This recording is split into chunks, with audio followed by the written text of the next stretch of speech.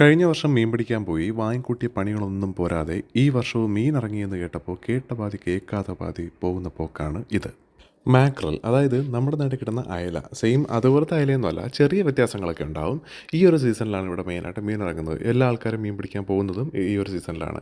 നമ്മുടെ നാട്ടിൽ സാധാ പൊത്തേ മാത്രം പിടിച്ച് ശീലമുള്ള എനിക്ക് മറ്റേ കറക്കി വീശി എറിയണ ആ ഒരു ചൂണ്ടയിൽ മീൻ പിടിക്കണം എന്നുള്ള ഭയങ്കര ആഗ്രഹമായിരുന്നു. ടി വിയിൽ മാത്രമാണ് ഞാൻ ആ സാധനം കണ്ടിട്ടുള്ളത്. എന്ന് വെച്ചാൽ അത് വെച്ച് മീൻ പിടിക്കുന്നത് കണ്ടിട്ടുള്ളത്. അങ്ങനെ ആ സാധന സാമഗ്രികളെല്ലാം നമ്മുടെ കയ്യിലുണ്ട്. അതെല്ലാം തൂക്കിതാ നമ്മൾ പോവുകയാണ്. ഏകദേശം കടപ്പുറം എത്തി.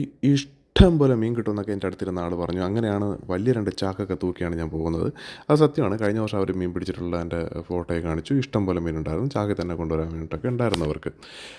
പക്ഷേ കഴിഞ്ഞ വർഷം എനിക്ക് പോയപ്പോഴത്തേക്ക് മീൻ പിടിക്കാൻ പറ്റില്ല. പോയ അപ്പോഴേ തന്നെ എനിക്ക് തിരിച്ചു വരേണ്ടി വന്നു.